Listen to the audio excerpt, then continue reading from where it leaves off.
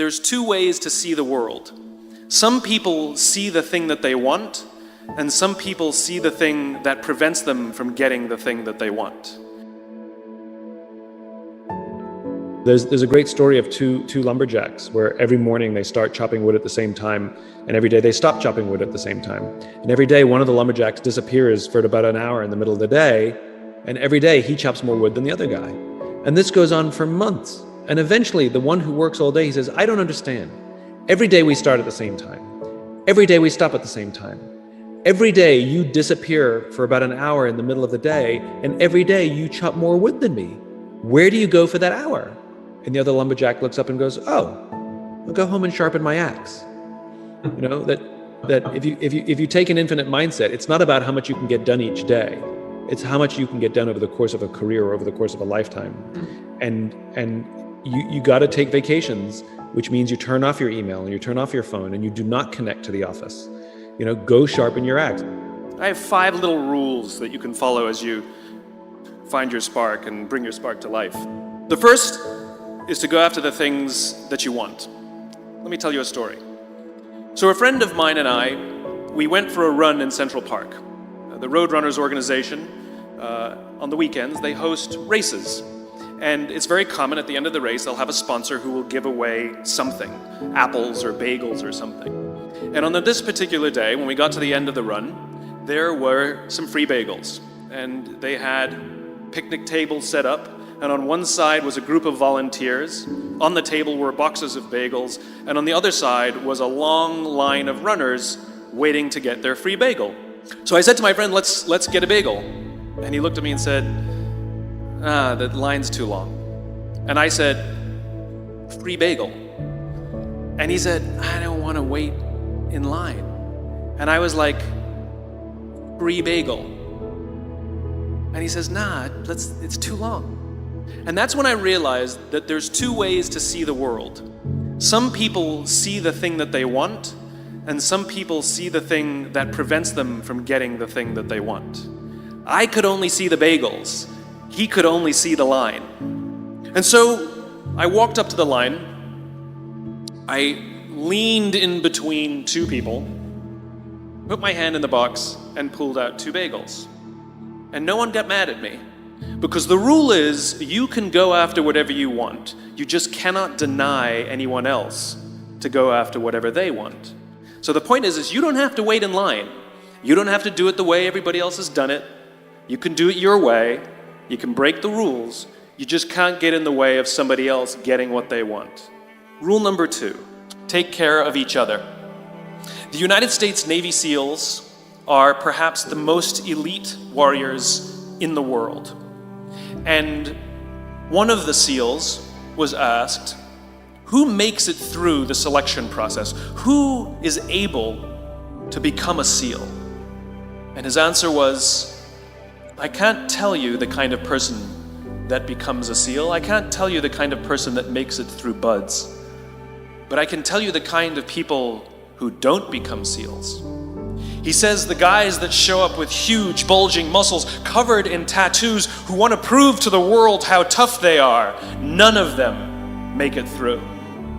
He said the preening leaders who like to delegate all their responsibility and never do anything themselves, none of them make it through. He said the star college athletes who've never really been tested to the core of their being, none of them make it through. He says some of the guys that make it through are skinny and scrawny.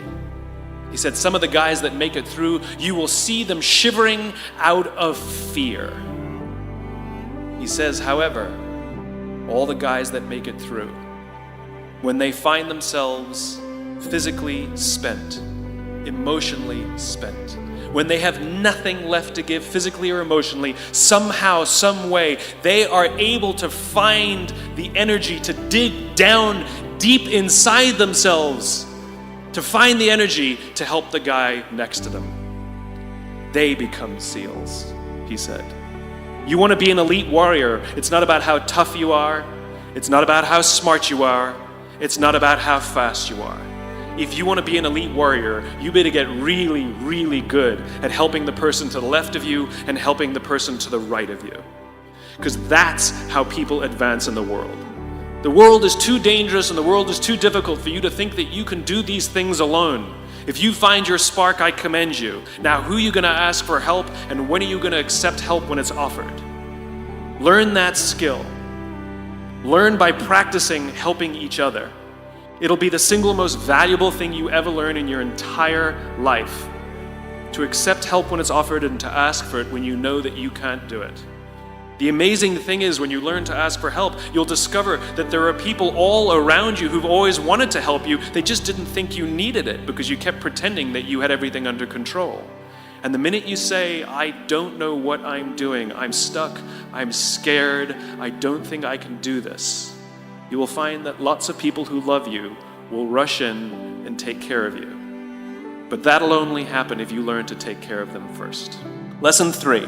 Nelson Mandela is a particularly special case study in the leadership world because he is universally regarded as a great leader. You can take other personalities, and depending on the nation you go to, we have different opinions about other personalities. But Nelson Mandela across the world is universally regarded as a great leader. He was actually the son of a tribal chief. And he was asked one day, how did you learn to be a great leader? And he responded that he would go with his father to tribal meetings. And he remembers 2 things when his father would meet with other elders. 1, they would always sit in a circle. And 2, his father was always the last to speak. You will be told your whole life that you need to learn to listen. I would say that you need to learn to be the last to speak. I see it in boardrooms every day of the week. Even people who consider themselves good leaders, who may actually be decent leaders, will walk into a room and say, here's the problem, here's what I think, but I'm interested in your opinion, let's go around the room. It's too late. The skill to hold your opinions to yourself until everyone has spoken does 2 things. 1, it gives everybody else the feeling that they have been heard. It gives everyone else the ability to feel that they have contributed. And 2, you get the benefit of hearing what everybody else has to think before you render your opinion. The skill is really to keep your opinions to yourself. If you agree with somebody, don't nod yes. If you disagree with somebody, don't nod no. Simply sit there, take it all in, and the only thing you're allowed to do is ask questions so that you can understand what they mean and why they have the opinion that they have. You must understand from where they are speaking, why they have the opinion they have, not just what they are saying. And at the end, you will get your turn. It sounds easy, it's not. Practice being the last to speak. That's what Nelson Mandela did. Lesson 4.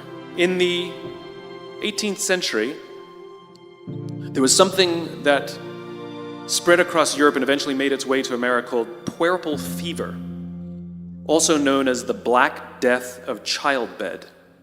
Basically what was happening is women were giving birth and they would die within 48 hours after giving birth. This Black Death of childbirth was the ravage of Europe, and it got worse and worse and worse over the course of over a century.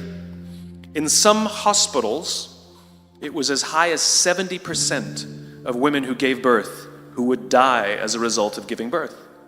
But this was the Renaissance. This was the time of empirical data and science, and we had thrown away things like tradition and mysticism. These were men of science, these were doctors.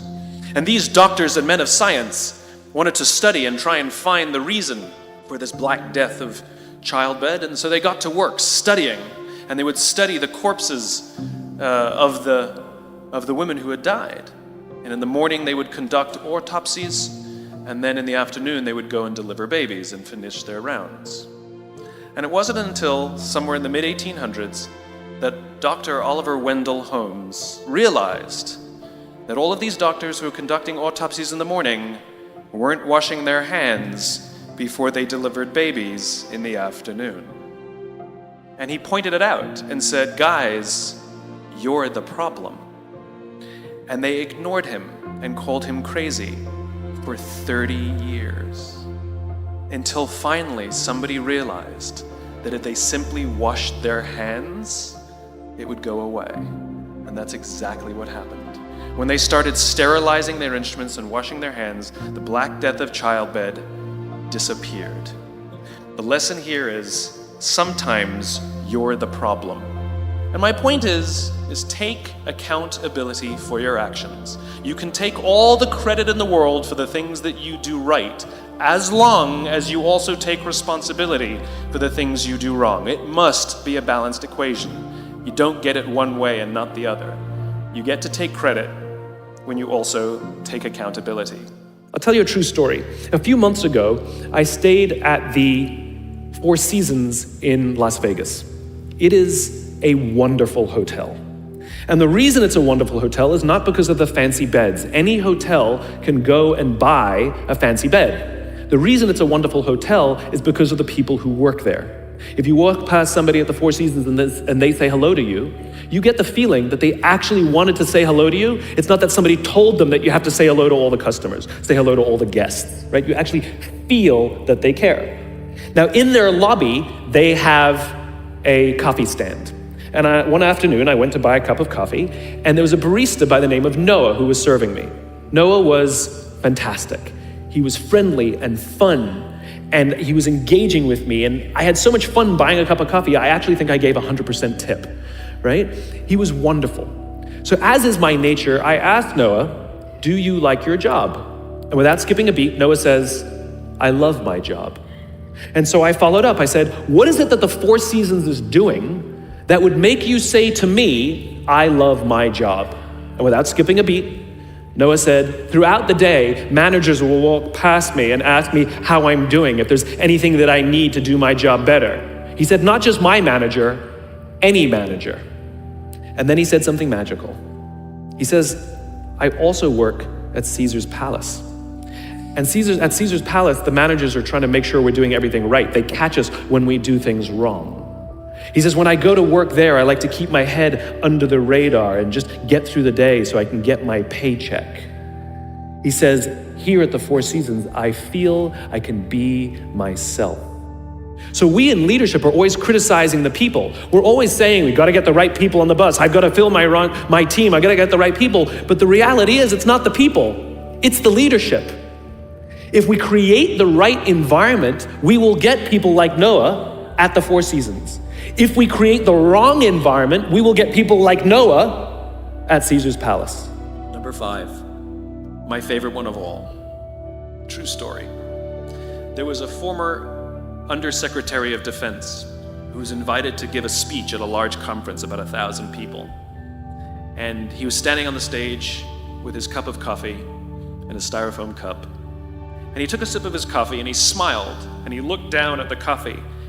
And then he went off script. And he said, last year I spoke at this exact same conference. Last year I was still the undersecretary. And when I spoke here last year, they flew me here business class. And when I arrived at the airport, there was somebody waiting for me to take me to my hotel. And they took me to my hotel and they had already checked me in and they just took me up to my room. And the next morning I came downstairs and there was someone waiting in the lobby to greet me, and they drove me to this here same venue and handed me a cup of coffee in a beautiful ceramic cup. He says, I'm no longer the undersecretary. I flew here coach. I took a taxi to my hotel and I checked myself in. When I came down the lobby this morning, I took another taxi to this venue. I came in the front door and found my way backstage, and when I asked someone, do you have any coffee? He pointed to the coffee machine in the corner, and I poured myself a cup of coffee into this here styrofoam cup. He says the lesson is, the ceramic cup was never meant for me. It was meant for the position I held. I deserve a styrofoam cup. Remember this. As you gain fame, as you gain fortune, as you gain position and seniority, people will treat you better. They will hold doors open for you. They will get you a cup of tea and coffee without you even asking. They will call you sir and ma'am, and they will give you stuff. None of that stuff is meant for you. That stuff is meant for the position you hold. It is meant for the level that you have achieved of leader or success or whatever you want to call it, but you will always deserve a styrofoam cup. Remember that. Remember that lesson of humility and gratitude. You can accept all the free stuff. You can accept all the perks. Absolutely, you can enjoy them. But just be grateful for them and know that they're not for you.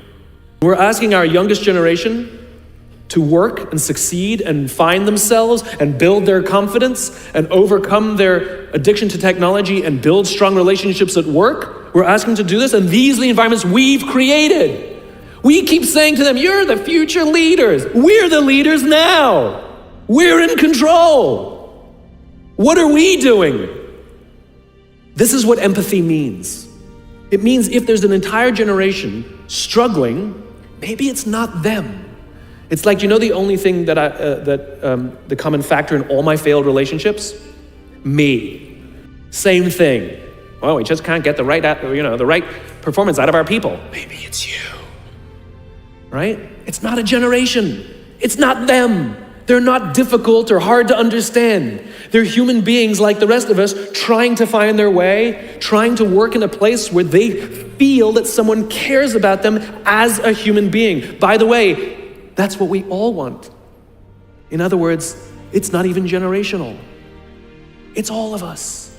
This is the practice of empathy, that if we're struggling to communicate to someone, if we're struggling to help someone be at their natural best, I'm tired of people saying to me, how do I get the best out of my people? Really? That's what you want? They're like a towel, you just wring them. How can I get the most out of them? No, how do I help my people be at their natural best? Right? We're not asking these questions. We are not practicing empathy. We have to start by practicing empathy and relate to what they may be going through. And it will profoundly change the decisions we make. It will profoundly change the way we see the world. We're growing up in a Facebook, Instagram world. In other words, we're good at putting filters on things. We're good at showing people that life is amazing even though I'm depressed, right?